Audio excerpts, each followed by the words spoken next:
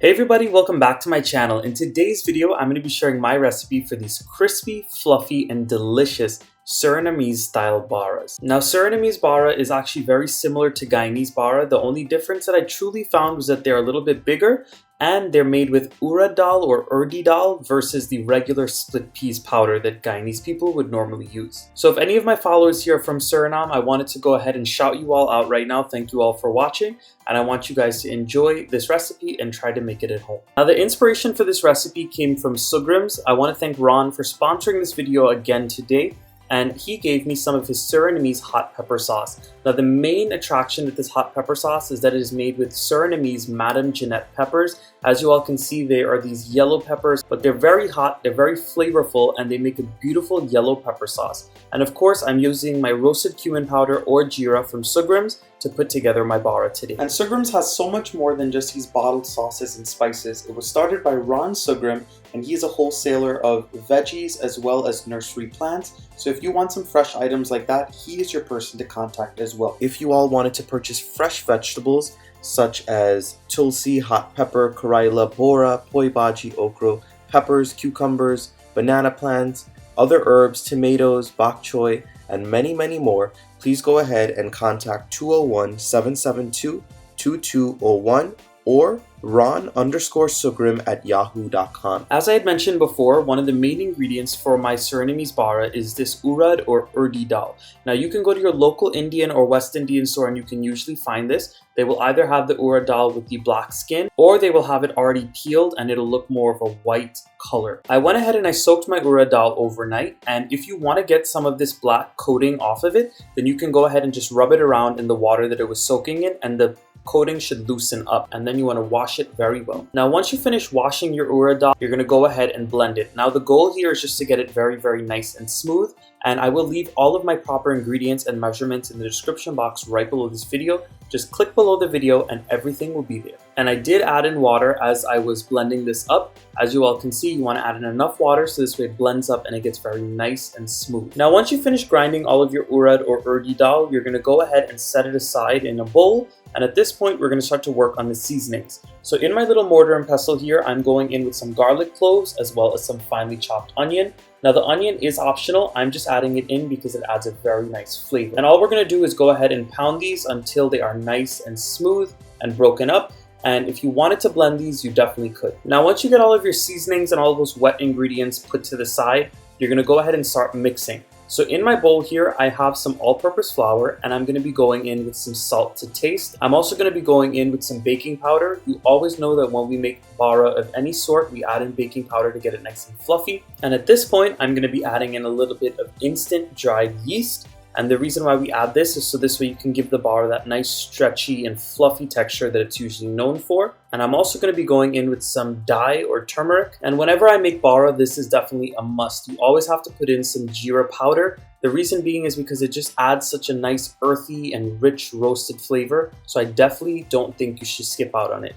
And this Soogrim's brand, Geera, is super powerful and potent, so you do not need a lot in your recipe. And at this point, we're just going to mix all these dried ingredients together until everything is distributed evenly. At this point, I'm also going to go in with that garlic and onion mixture that we prepared a little bit earlier. And at this point, we're going to be adding in our Suriname hot pepper sauce. And you can use as much or as little as you'd like. The reason why I've been using some of Soogrim's pepper sauces in my recipes is because it's just as good as using the fresh pepper. Ron makes sure that he bottles all of these pepper sauces at peak freshness, and he makes sure not to add a whole bunch of different ingredients to where you can't taste the pepper anymore. And once you go in with your pepper sauce and your garlic and your onion, it's time to go in with that urad dhal mixture. Remember, this is just the urad or urdi dhal that we soaked and we ground it until it was a very fine paste. And at this point, I'm just going to slowly stream in some warm water a little bit at a time, and I'm going to keep on mixing this entire mixture until I get a nice soft dough. Now remember, when you make bara, you do not want something that is too soft, because if it's too soft, it's going to be very hard for you to form it into the oil. And you also don't want it too hard, or else they will get very hard and stiff when they're done cooking. As you all can see, I keep working in just a little bit of water at a time until there is no more dried flour left.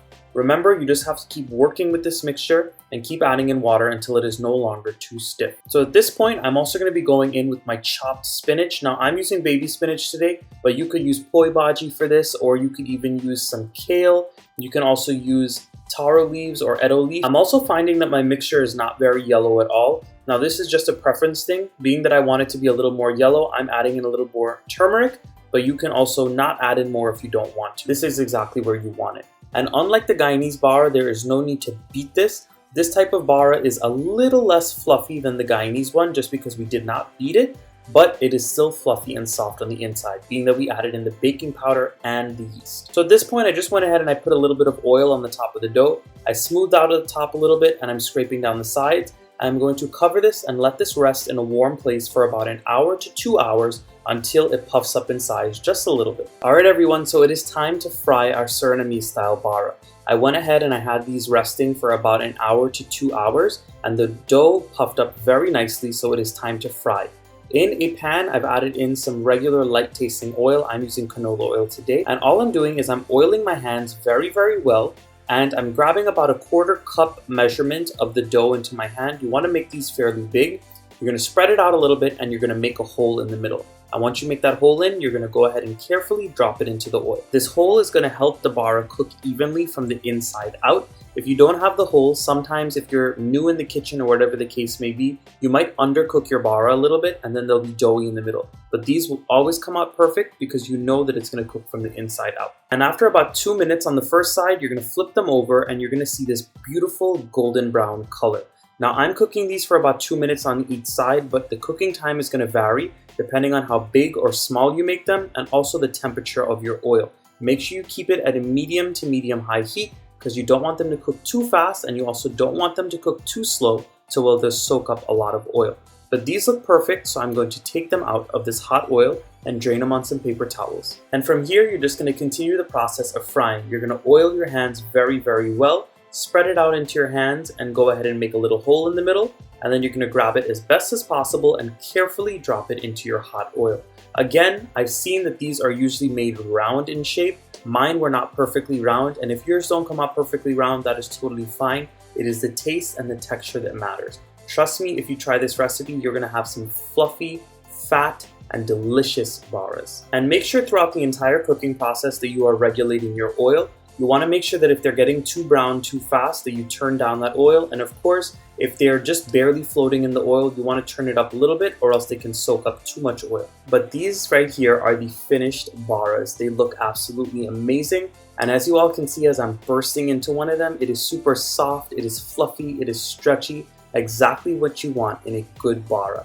And that pepper sauce, let me tell you, that addition of it into my Bara dough today made for a spicy and flavorful Bara, being that the pepper sauce already had the garlic and other seasonings in it as well. I'm serving it up today with my homemade mango and tamarind chutney. If you want to see how I make that, I'll be posting it very, very soon on my channel. Again, if you're interested in any of these Soogrim's products, please go ahead and give Ron a call or send him an email. I'll leave his information right here on the screen, and it will be in my description box down below. He will be happy to serve you and give you some stuff from his own personal collection of these items. Lots of pepper sauces, spices, and many, many good things. And of course, if you want some plants or fresh veggies, if he has them in stock, he would be able to ship them to you as well. So if you all enjoyed this video today, please go ahead and give it a big thumbs up. Subscribe to my channel if you are not subscribed yet, and go ahead and drop your comments down below and let me know what you all would like me to make next. I'll see you all again very soon. Bye everyone.